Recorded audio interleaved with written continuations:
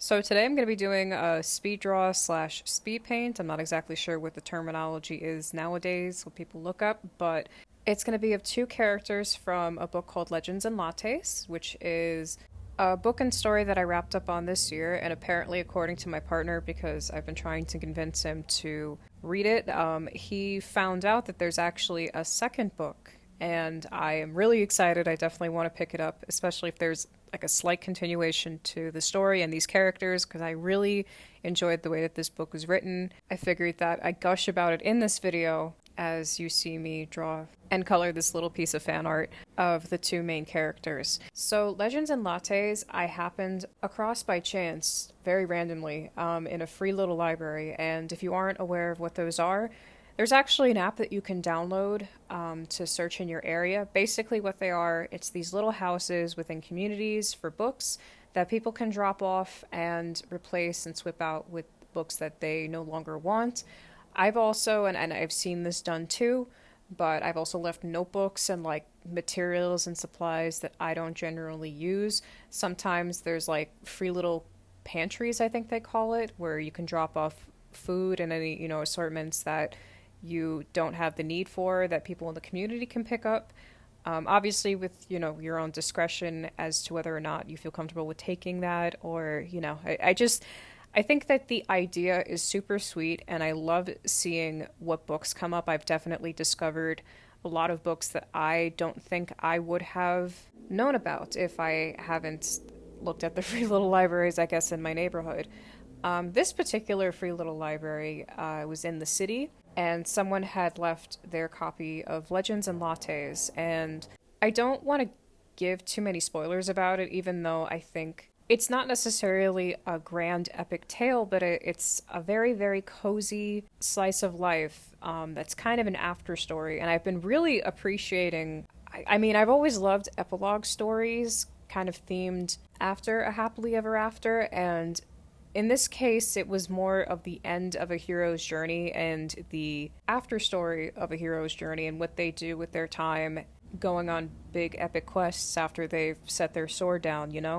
We haven't finished it, but I've been actually really into Freerun, and Freerun I think has that same feeling as an after story, but it being the journey after an after story, if that makes any sense. But it's one of my partner's favorite animes, and I can see why I love it. But I'll go into maybe a free run video afterwards. I definitely want to do free run fan art. But let's talk about Legends and Lattes. So Legends and Lattes, I guess you would consider it Dungeons and Dragons fan fiction because they use a lot of terminology from Dungeons and Dragons. So I have a little bit of a mixed bag of my feelings towards Dungeons and Dragons, I guess.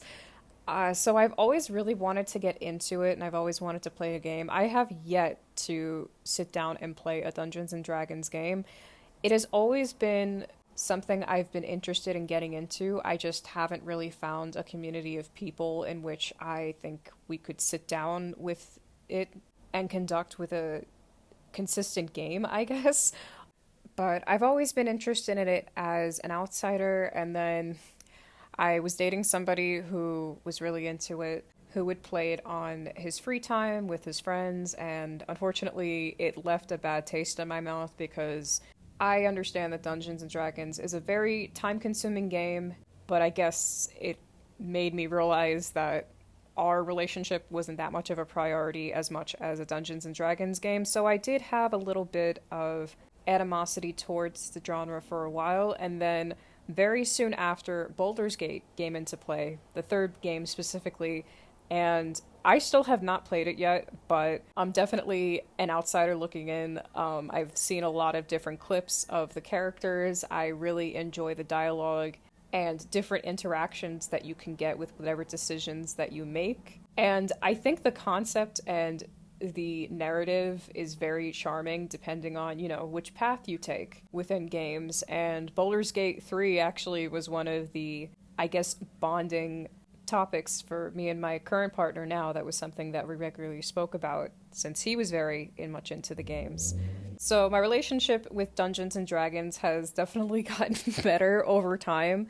And I still do really want to play and perform within my own campaign with a group of people that I think would be interested in it. I mean, I think over time, especially with the popularity of Baldur's Gate 3, that there's more people that I know that are interested now in Dungeons and Dragons and maybe hopefully be up for a campaign. If anything, Legends and Lattes has made me get more of an itch to learn about Dungeons and Dragons, because I will say that there's a couple of terminology within the book itself that I needed to definitely reference off of. Again, this is as a noob, I guess. But a lot of it is very straightforward. Like, there's a character who is a ratkin, right? His name is Thimble, and he's a cutie. I also need to draw him, too. But it's really interesting because the way in which I pictured him in the book, and I think the way that he's intended, is a little bit tinier than when you search up Ratkin on Google and what the image comes up for Ratkin, because it looks like this human-sized rat, but like a feral, almost rabies-like rat. So I'm like, I don't think that that's how I imagine him. I'm going to imagine him in my own way. And the illustrations that I've seen, or the fan art that I've seen for Thimble, is very, very endearing and very sweet, very much like his character. He's a slightly bigger than how I picture him personally, but I still think that he's adorable. And that is essentially Legends and Lattes. It is an adorable read, very much like, it sounds so cliche to say it, but like a very soothing drink. I think the writing style is very easy to consume bit by bit. It leaves you very relaxed. I absolutely love the way that this book is written. There's a bunch of terminology or a way of description. For an example, there's a point in the book where Viv, who's the main character, she's describing coffee to the city folk, because I said I wasn't going to give spoilers, but essentially Viv is trying to open up a business after completing her time as to what I guess would be considered a campaign. She's putting up her sword and she wants to open a coffee shop.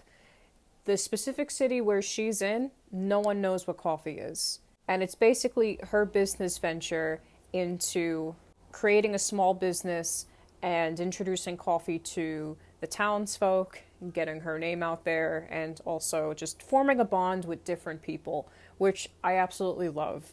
And there are some passages that stick out. It's at one point, just to describe how much I love the way that this is written, she describes coffee as like the ghost of the taste of the beans that she uses to ground. Like, it's so cute.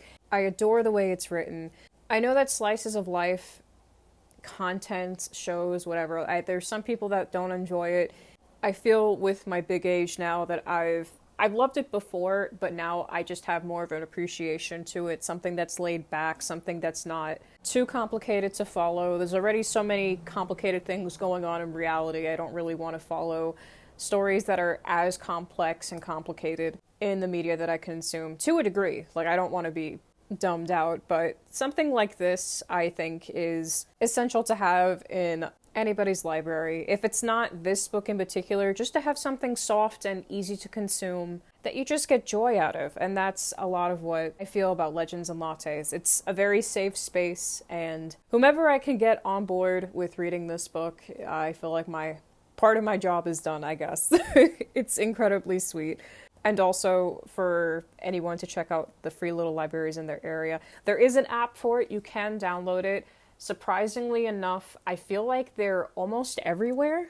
And you'd be surprised where they pop up. Like, I just went to a farm over the weekend with some friends, and the farm randomly had a free little library. I actually picked up this kind of crazy book. It was something called Cows to the Stars with God as My Co-Pilot. It is an awe-striking title, and the backstory is also very interesting, so definitely gonna have to take in that book in increments, because that is a very eye-catching title.